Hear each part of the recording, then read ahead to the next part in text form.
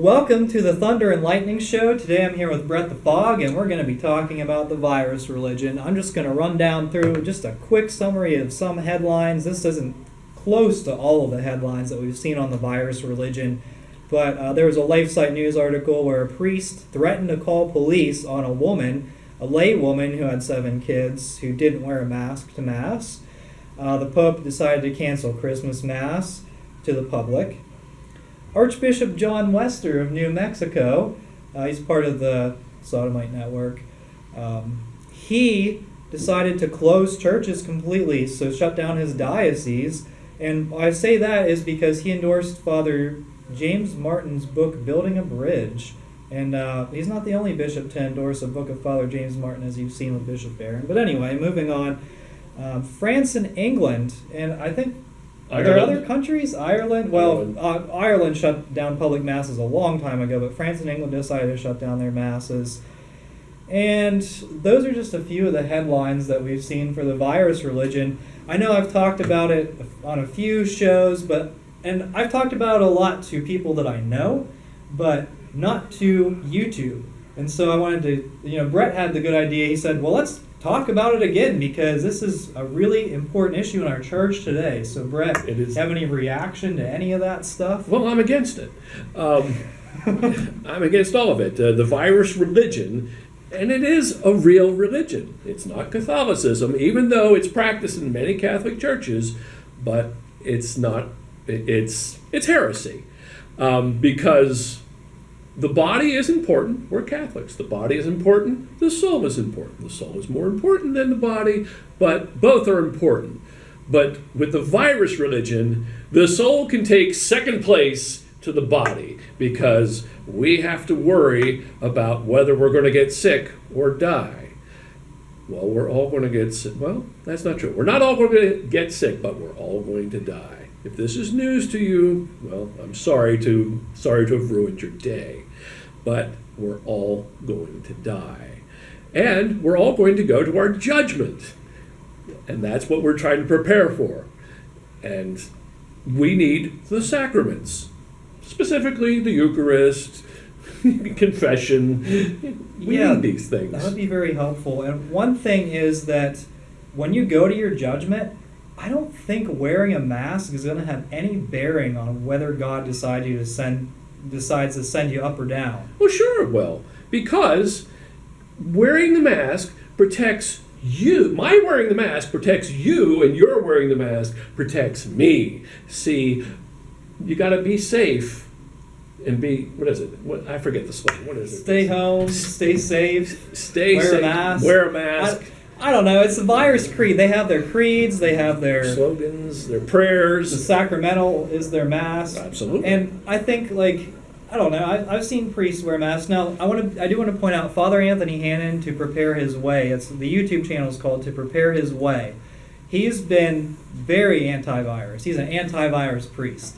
I really like what he says. He says priests should definitely not wear masks. And I think for lay people, it's actually a distraction. Like for me, if I have been to liturgies, masses, where I've worn a mask, and it's a complete distraction for me. It could be spiritually detrimental, and in fact, I think it would be for a lot of people.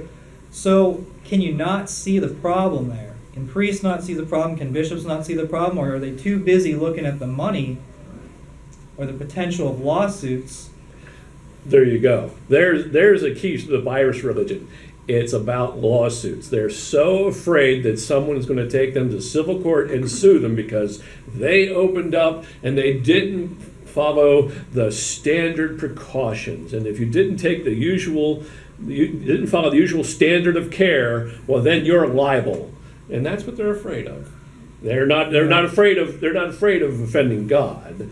They're afraid of a lawsuit.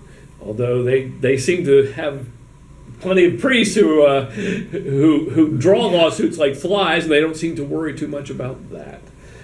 Yeah, and I also noticed, and it's pretty obvious, that there was a divide in the church already, and the ones who are going more towards the virus church are the ones who are more inclined towards the rainbow type of activities, and the Francis Church. Well, definitely the and- Francis Church. Absolutely. Yeah, so you can tell like there's a growing divide, and I think as Catholics, like we're the Catholic part of that divide. There's the heretics and there's the Catholics, and what we need to do is we need to like not cede any ground to the heretics. It's hard. It is hard because the bishops are most of the bishops, the vast majority of the bishops, certainly in America, are all in on the virus religion. They believe in it. They believe in it. Most of the bishops canceled the Mass the first time. Look for the second one coming up. They canceled the first time without being told by the authorities that they had to. They just said, "Oh, we're going to do this. We're going to do this. Don't you worry about it. You don't need to come to Mass anyway. You don't need those graces. Don't you worry about it. I'll just wave my arms and pretend that you can be dispensed from your obligation to follow the third commandment."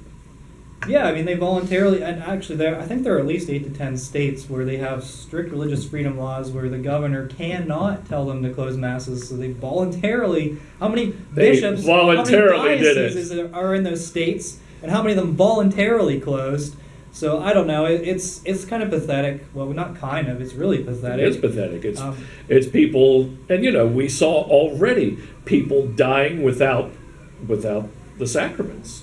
People dying without family visits. Some of that could have been avoided, and some of it couldn't. But that actually made me really mad. I knew there were at least like 3 people from my hometown who passed away during the pandemic, and they were elderly. I mean, they weren't in great physical shape or anything. Right. But I thought, you know what? How many they spent the last several months of their lives with no visitors.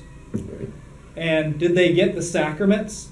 Probably not. No, probably not. We don't know. And there's been nothing about that. Like, and of course, being a bishop means never having to say you're sorry. Oh yeah, sorry about all those masses you missed. Sorry about all the times you didn't get communion. Sorry about the funerals that you didn't get to attend. The people who died without there's no. And then of course we got exposed to. Mostly priests said, "Oh, it's never going to happen again. That was just a one-time thing." And here we are preparing for round number 2. Yeah, we'll see. Surprise, we have a new guest on the show. I couldn't help, what you guys were saying. I couldn't help just coming in, with the fear of another possible shutdown and these bishops and these priests being spineless and not, opening Mass up.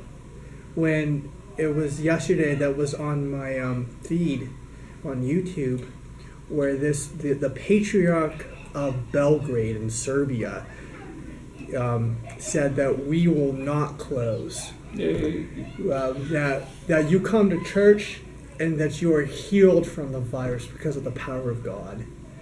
And I'm thinking to myself, what the heck is wrong with us? Right? Why can't we make that kind of declaration? Why can't what is wrong with the Catholic Church, as a whole? Because if we close down, I'm sure my e-parking might. I mean, it's going to affect, my church as well. And why is it so hard for bishops to say no to, to the kooky? Why is it so hard to say, no, we're not going to do that? All right, so recommendation on this channel, network with priests, try to find an underground Mass, try to set those up, because we didn't have an advance warning last time. I mean, we kind of had a week to kind of think about it.